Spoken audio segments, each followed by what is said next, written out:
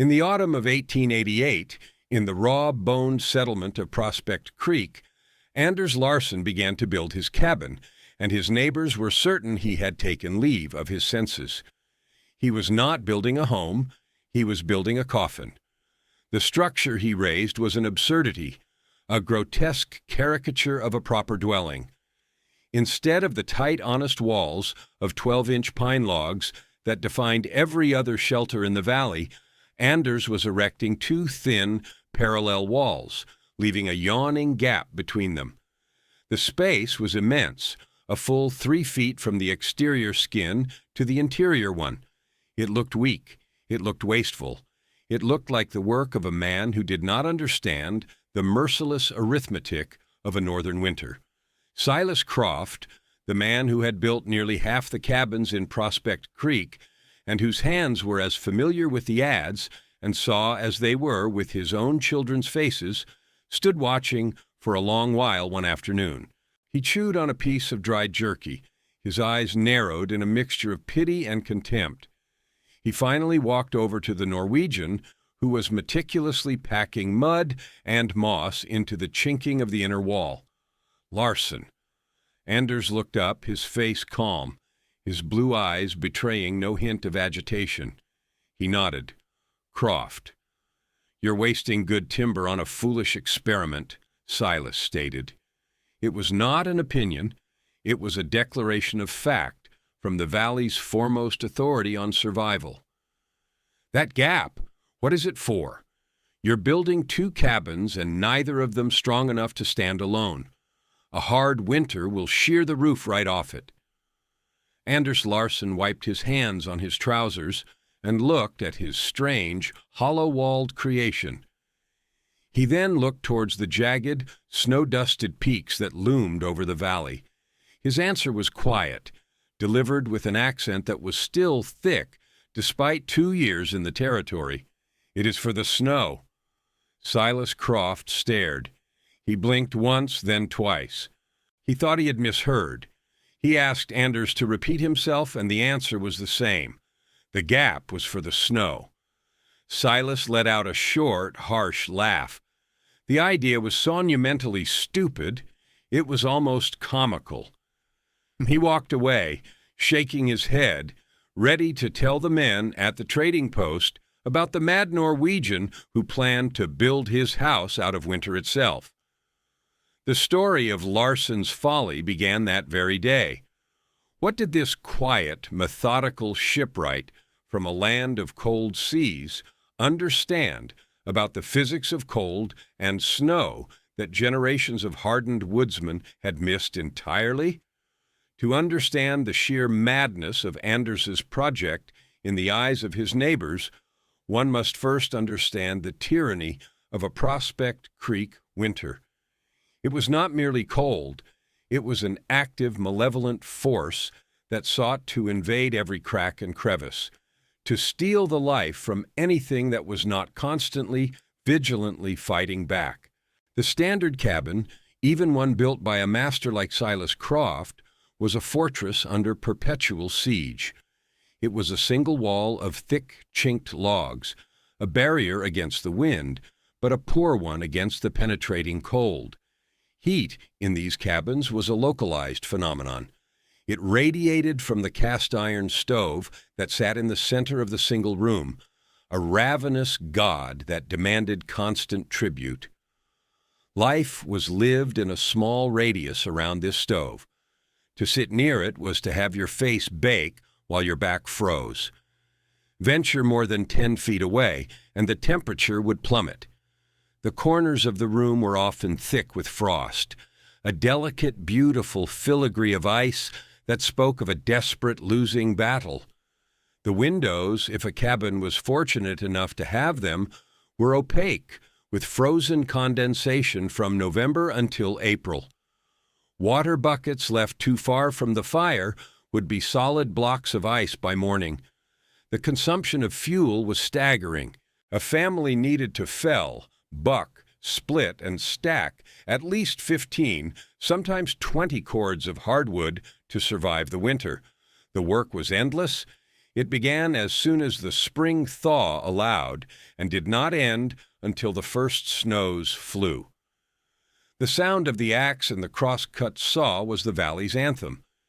During the deepest cold, the stoves were run so hot that the stovepipes would glow a dull, menacing cherry red in the darkness, a constant and terrifying fire hazard. Chimney fires were common, and a chimney fire in the dead of winter was often a death sentence. To lose your shelter when the temperature was 30 below zero was to lose everything. The air inside these cabins was heavy and acrid with wood smoke, a thick haze that stung the eyes and coated the lungs. It was the smell of survival, but it was also the smell of slow suffocation. People were accustomed to winter coughs, to waking with raw throats and tight chests. It was simply the price of living. Anders Larsson saw this not as a necessary price, but as a fundamental failure of engineering. He was not a woodsman. He had been raised in Bergen on the coast of Norway and had spent 15 years of his life in the shipyards. He had built fishing trawlers designed to work the brutal waters of the North Atlantic. A shipwright understood insulation in a way a landsman never could. He knew that a wooden hull against icy water was a thermal catastrophe. He knew the importance of a double hull, of the air gap, of managing the insidious creep of cold and the even more destructive problem of condensation. A wet ship was a rotten ship, and a rotten ship was a tomb. When Anders looked at the cabins of Prospect Creek, he didn't see sturdy shelters. He saw single-hulled vessels in a sea of unimaginable cold. He saw heat pouring out of the walls, the roof, the floor. He saw the cold conducting directly through the solid logs, a thermal bridge that no amount of chinking could ever truly defeat. He watched the way the frost formed on the interior walls and knew it was the moisture from people's breath and from the cooking pot, condensing and freezing on a surface that was nearly as cold as the outdoors. He saw the immense labor of chopping wood, not as a sign of hardy self-reliance, but as a symptom of staggering inefficiency. He was feeding a fire to heat the entire valley, not his home.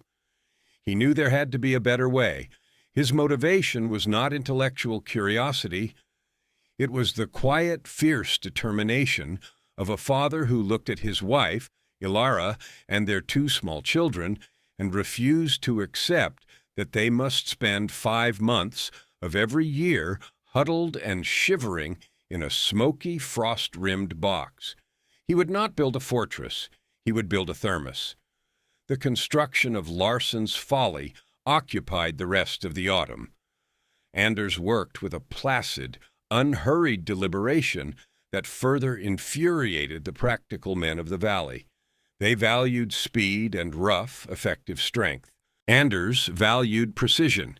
He laid a deep foundation of river stone, far deeper than was customary, and mortared it with a clay and lime mixture he had spent days preparing. On this foundation, he began erecting his 2 walls. The outer wall was made of modest 8-inch spruce logs, logs that Silas Croft would have considered barely suitable for a woodshed. The inner wall was even more slender, built from 6-inch pine. The critical dimension was the space between them, a uniform cavity 36 inches wide, running the entire perimeter of the cabin. He was, as Silas had derisively noted, building 2 flimsy cabins instead of 1 strong one. He framed the roof with heavy timbers, but the pitch was lower than standard, and the crossbeams were reinforced in a way that seemed unnecessarily complex. His neighbors whispered that he was afraid his own roof would collapse, a tacit admission of his flawed design. He sheathed the roof in thick planks and covered it, not with sod, as was common for a first-year cabin, but with a heavy, tarred canvas he had purchased at great expense. Every detail was meticulous. The chinking between the logs of both walls was packed so tightly it seemed impermeable. He built a small enclosed porch, an Arctic entry around the single door, another oddity that his neighbors dismissed as a waste of effort. The windows were small, but he did something no one had ever seen before. He installed 2 panes of glass in each frame, leaving a half-inch of airspace between them. He sealed the edges with pine pitch. He was building a house of air and gaps. The core of his innovation, the principle that no one else understood, was his plan for the 36-inch cavity. He intended to fill it with snow. To the woodsman of Prospect Creek, snow was a burden. It had to be shoveled from paths, cleared from roofs. It was the cold, wet embodiment of winter's oppression. To Anders Larsen, the shipwright, snow was a building material. He knew from his homeland and from simple observation that the substance which defined winter was also one of the world's most effective insulators. The secret was not the ice crystals themselves, but the air trapped between them. A blanket of fresh, fluffy snow is up to 95% trapped air. This pocket of still air is a profoundly poor conductor of heat. It functions as a massive thermal barrier. In the language of modern construction, Anders was creating a wall with an immense R value, a measure of its resistance to heat flow. A solid 12-inch log wall, even when well chinked, might have an R value of around 8 to 12, depending on the wood and the quality of the construction. It was better than stone, but woefully inadequate against the deep cold. Freshly fallen snow, by contrast, has an R value of approximately 1 per inch. Even when compacted, as Anders intended to do, it maintained a significant insulating property, perhaps an R value of 0.7 or 0.8 per inch. By filling his 36-inch cavity with densely packed snow, Anders was designing a wall system with a potential R value of over 25. He was, in effect, wrapping his interior living space in a barrier more than twice as effective as the thickest log wall in the valley. The flimsy inner and outer walls were not the structure. They were merely the container. The snow was the wall. The double-pane windows worked on the same principle, trapping a layer of insulating air. The Arctic entry was an airlock, preventing the main living space from being flooded with cold air every time the door was opened. The heavy roof was designed to hold a massive, insulating blanket of snow all winter long, and the deep stone foundation was not just for stability. It was a thermal mass, a battery to store the Earth's latent heat and resist the frost. Anders was not building a house out of snow. He was insulating his house with snow. It was a distinction no one else could see. The social conflict began in earnest as the first flakes of snow began to drift down from the leaden sky. The ridicule, which had been a low murmur, grew into a chorus of open mockery. At the trading post, the center of the valley's social life, Larsen's Folly was a reliable source of grim amusement. "Heard Anders is praying for a blizzard," one trapper would say, leaning against the counter. "Needs to finish building his walls. Hope he doesn't get a warm spell in January," another would add with a chuckle. "His house might melt." The jokes were cruel, but they were rooted in a genuine, shared understanding of how the world worked. Their knowledge was hard-won, passed down through generations of trial and too often fatal error. To them, Anders was not just a fool, he was a heretic, thumbing his nose at established wisdom. His project felt like an insult to their own struggles, to the memory of those who had frozen in less well-built cabins. Silas Croft, as the high priest of this traditional knowledge, felt the insult most keenly. One afternoon he found Anders making final preparations, clearing the area around the base of the cabin. Silas felt it was his duty, as a respected member of the community, to make one last attempt to reason with the man.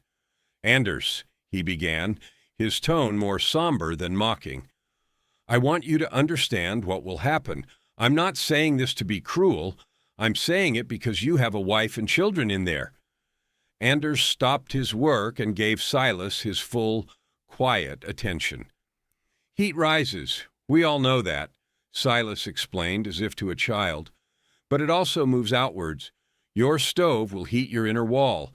That heat will travel through the log, and it will touch the snow you pack in that gap. What happens to snow when it meets heat, Anders?" He paused for effect. "It melts. You won't have a wall of snow. You'll have a narrow, wet space against your inner logs. The meltwater will run down and pool at your foundation. Then the deep cold will push back from the outside. That water will freeze into a solid block of ice. Ice is not an insulator like snow. It's a conductor. It will suck the heat out of your cabin faster than a solid log wall ever could. You'll be living inside a block of ice. By January, your walls will be a tomb of frost. And come spring, when it all thaws, the logs of both walls, sitting in water all winter, will begin to rot. You've built a house that will last one winter, and it will be the most miserable winter of your life. You are building a monument to rot and cold." It was a masterful and logical explanation, built entirely on the established principles of their world. Every man at the trading post would have nodded in agreement. There was no flaw in his reasoning, except for the fact that his premise was wrong. He misunderstood the sheer insulating power he was describing. He imagined a stream of heat, but Anders had designed a system where only a trickle would ever reach the snow. Anders listened patiently until Silas was finished. He did not argue. He did not try to explain the concept of R-value or thermal breaks. He knew it was useless. These men trusted their experience, and their experience told them that solid mass was strength. "Perhaps," Anders said simply, "we will see come January." The dismissal, polite as it was, infuriated Silas. It was the arrogance of an educated man who thought his books were smarter than a lifetime of lived reality. He turned and left, washing his hands of the matter. If Larson wanted to freeze his family for the sake of his pride, so be it. The weight of this community judgment fell most heavily not on Anders, but on his wife, Alara. She had a deep and abiding faith in her husband's abilities. She had seen his work in the shipyards, the precision and care that went into everything he built. She believed in him, but belief was a fragile flame against the icy wind of public opinion. When she went to the trading post for flour and salt, the conversations would stop. The other women would look at her with expressions of pity, their kindness a heavier burden than open scorn. One evening, as the wind howled outside their temporary shelter, a small, hastily built shack they were living in, while Anders finished the main cabin, she finally gave voice to her fear. The shack was a conventional build, and it was already miserably cold. "Anders," she began, her voice barely a whisper. She was mending a tear in their son's coat by the flickering lamplight. "Silas Croft has built every sturdy home in this valley. His own house has stood for 20 years. The other women, they say we are in danger. They say the walls will turn to ice." Anders came and sat beside her. He took her hand, his own rough and calloused from the labor. He did not offer grand reassurances. He spoke to her not as a dreamer, but as an engineer. "Alara, a ship's hull is wet on the outside and, we hope, dry on the inside. The sea is just above freezing. The air inside is warm. It is the same problem, only the cold is all around us here. The trick is not to fight the cold. It is to keep the warmth we make. The snow is a blanket, a very, very thick blanket. The heat from our stove will barely touch it. The outer wall will be cold. The inner wall will be warm. The space between is where the winter will be stopped. Trust the gap, Ilara. All the magic is in the gap." She looked into his steady eyes and saw not madness or pride, but a deep, unshakable certainty. She squeezed his hand and nodded. Her fear did not vanish, but her faith in him was renewed. They would face what was coming together. When the first significant snowstorm arrived in mid-November, a heavy, wet snow that was perfect for packing, Anders and his 10-year-old son Carl went to work. For 2 full days they shoveled and tamped, filling the 36-inch cavity from the stone foundation to the eaves. The work was arduous. By the time they were finished, the cabin looked even more bizarre. It was a modest wooden structure wearing a ridiculously thick, perfectly smooth jacket of white. Larson's folly was complete. Now all they could do was wait for winter to deliver its verdict. Winter did not arrive that year. It descended. The Great Cold of 1889, as it would be known in the territory's annals, began in the second week of December with a blizzard that buried the valley in 4 feet of snow. But the snow was only the prelude. After the storm passed, the sky cleared to a brilliant, merciless blue, and the temperature began to fall. It dropped past 0, past 10 below, past 20 below.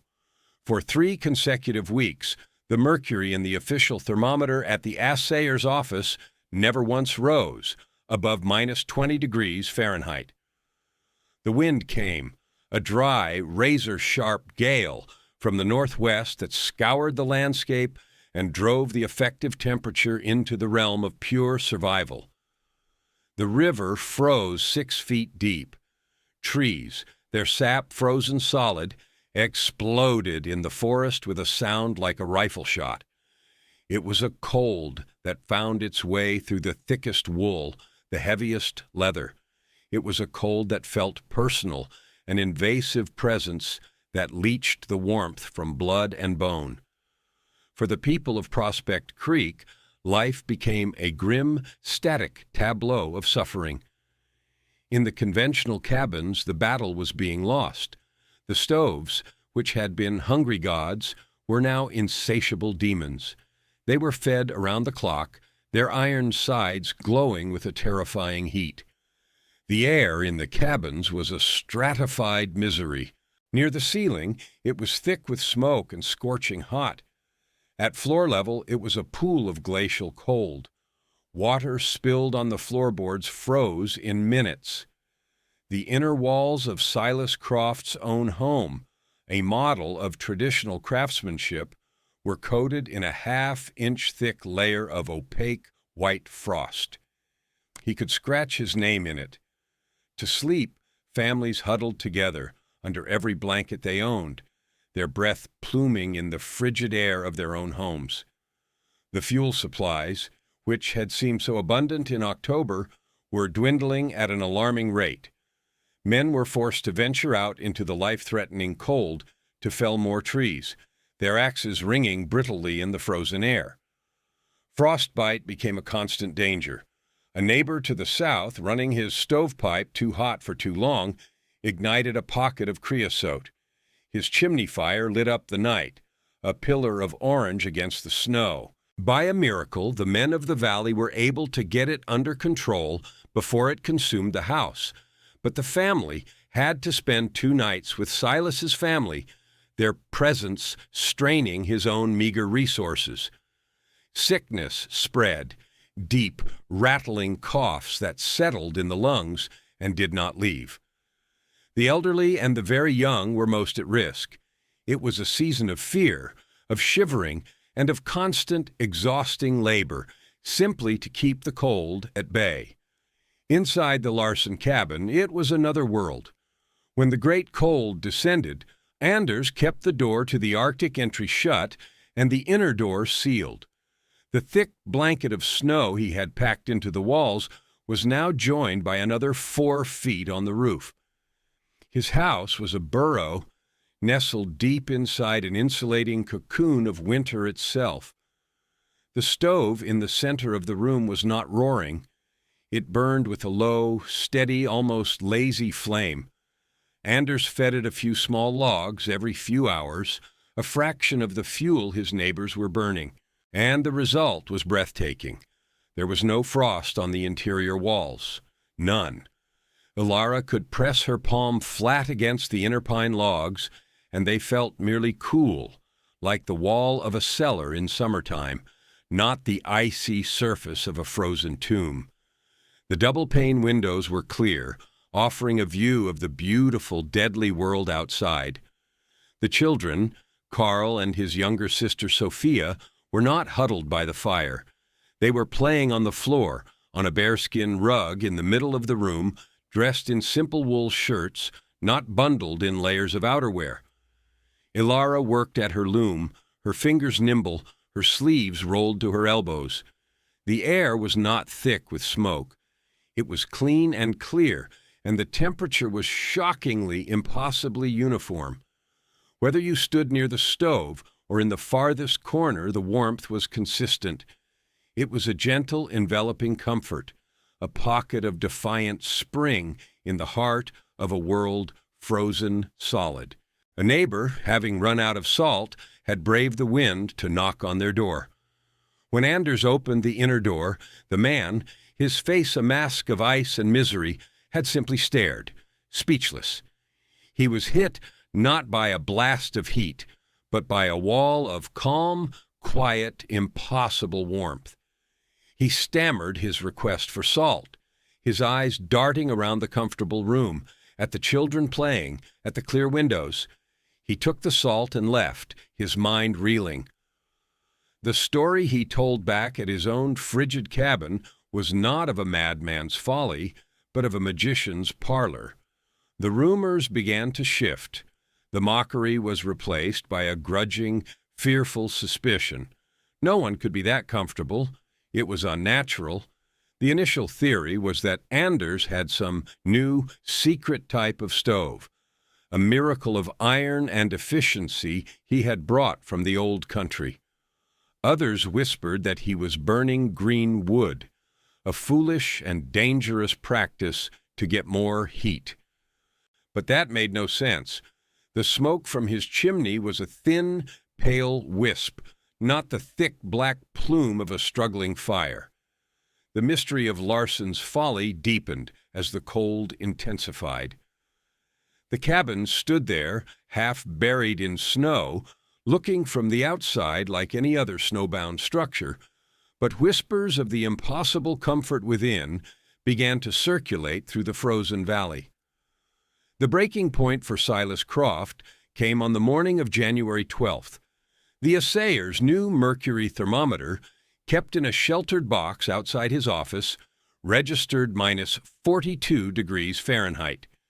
It was the coldest temperature ever officially recorded in the territory. That morning, in Silas's own impeccably built cabin, the water in the bucket 4 feet from the roaring stove had frozen solid. His wife was ill, her cough worsening, and his youngest son's face was pale and listless. The frost on the walls was so thick it looked like plaster.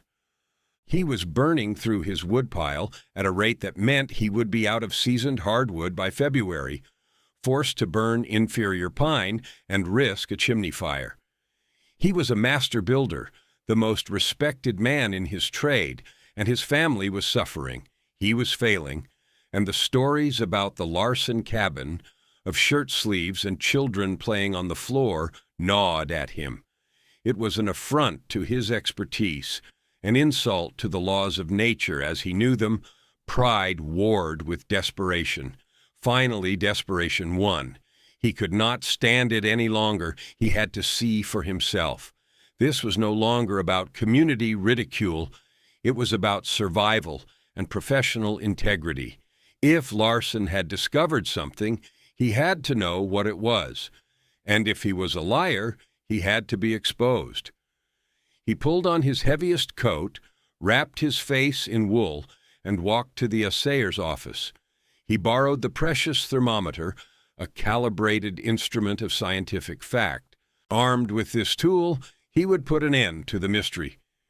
He trudged through the deep squeaking snow towards the strange, snow-jacketed cabin on the edge of the settlement. He knocked on the outer door of the Arctic entry. After a moment, Anders opened it. The small, enclosed space was cold, but not brutally so. It was a buffer zone. "Silas," Anders said, his expression unreadable. "Anders," Silas replied, his voice muffled by his scarf.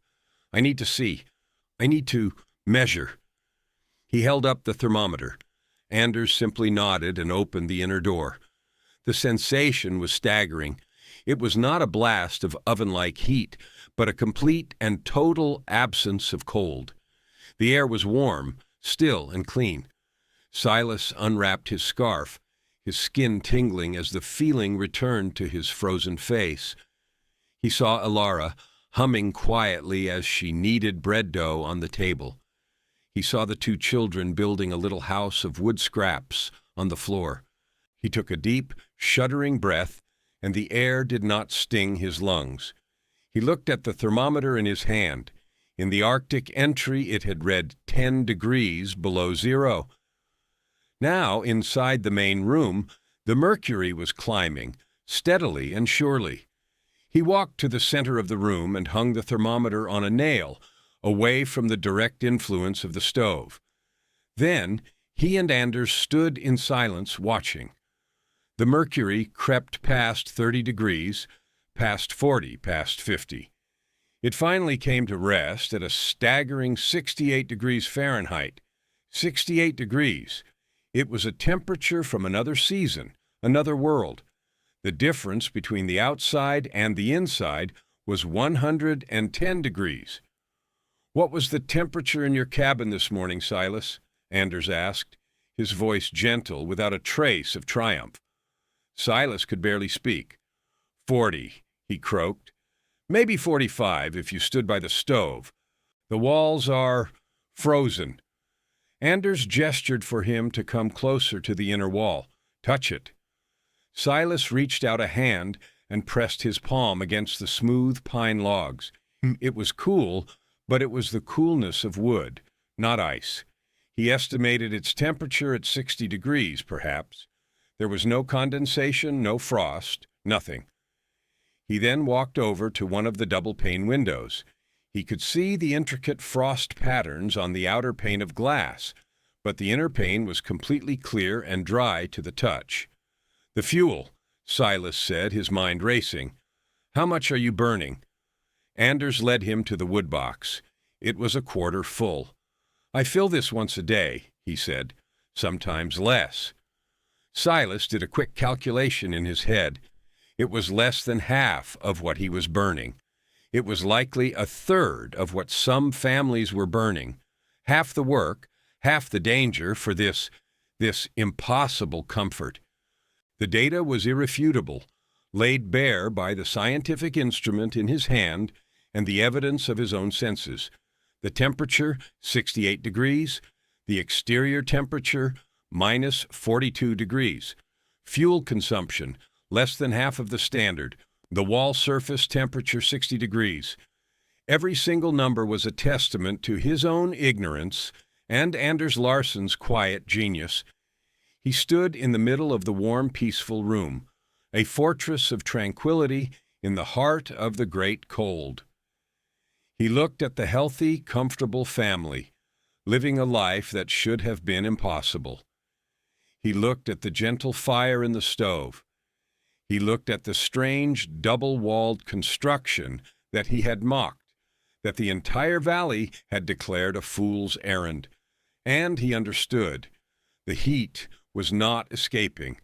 It was being held, gently and efficiently, by a 36-inch blanket of the very substance that was trying to kill everyone else.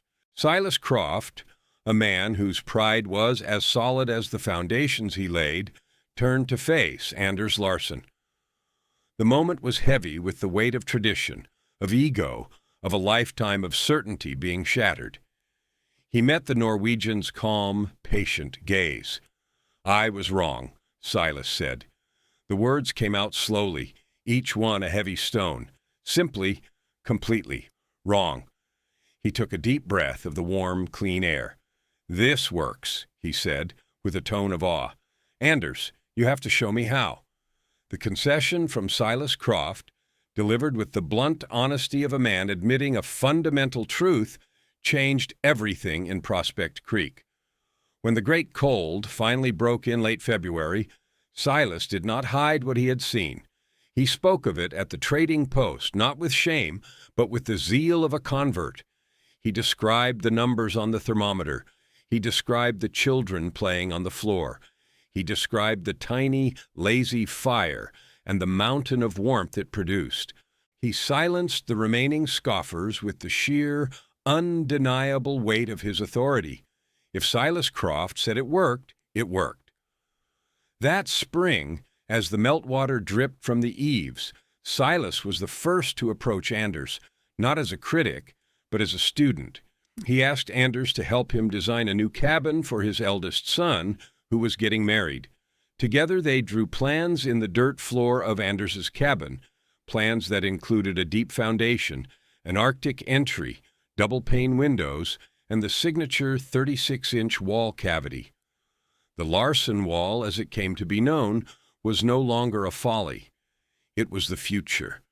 The next autumn saw 3 new cabins built to the new design. The winter that followed, while not as severe as the Great Cold, was still harsh, and the reports from the 3 new cabins were identical. They were warm, they were dry, and their wood piles remained stubbornly high. Within 5 years, nearly every new structure in the valley was built with a Larson Wall. People even began the arduous process of retrofitting their existing homes, building a second outer wall around their original cabin and packing the space. The impact on the community was profound and multifaceted. The most immediate benefit was to health and safety. The chronic winter coughs and respiratory illnesses that had plagued the settlement became far less common. The risk of devastating chimney fires plummeted as stoves were no longer run at dangerous temperatures. The quality of life improved in ways that were hard to quantify but easy to feel. The winter months transformed from a period of grim, huddled survival into a time of relative comfort and security. It was a fundamental increase in human dignity. The economic impact was just as significant. The amount of labor required to procure firewood was cut by more than half, freeing up time and energy for other vital tasks: trapping, mending tools, educating children. Prospect Creek, once just another struggling settlement, gained a reputation as the town that had tamed winter. The principles that Anders Larson applied, born from his experience as a shipwright, were not magic. They were simply sound physics, decades ahead of their time in residential construction. The Larson Wall was a remarkably effective, if labor-intensive, precursor to modern high-performance building techniques. The concept of creating a thick, insulated cavity separated from the main structure is the very foundation of modern construction science. Today, we call it a double-stud wall, a system used in passive houses and high-efficiency homes to create a super-insulated building envelope. We fill the cavity not with snow, but with cellulose, fiberglass, or foam, materials that provide a permanent and measurable R value. Anders's double-pane window is the direct ancestor of the insulated glass units, IGUS, that are standard in all modern homes. His Arctic entry is a feature now recognized as essential for cold climate design. He had, through observation and deduction, created a complete thermal envelope system, managing heat flow, air leakage, and moisture, the 3 enemies of a warm home. The story of Larson's folly is more than just a tale of a clever design. It is a powerful lesson in the value of questioning convention and the courage to trust observation over dogma. The established experts like Silas Croft were not foolish. They were simply trapped within the confines of their own hard-won experience. Their knowledge had become a cage, preventing them from seeing a new possibility. Anders Larson's gift was not just his knowledge of shipbuilding, but his ability to look at a familiar problem with an outsider's eyes, to see the air, the snow, and the very structure of a house, not for what they were, but for what they could be. His vindication was not a moment of gloating triumph, but a quiet, data-driven proof that a better way was possible. It is a testament to the idea that true wisdom is not about having all the answers, but about having the humility to accept new evidence, even if it shatters our most deeply held beliefs. The ultimate victory belonged not just to Anders, but to Silas, who had the strength of character to admit he was wrong, and, in doing so, ensured a better future for his entire community.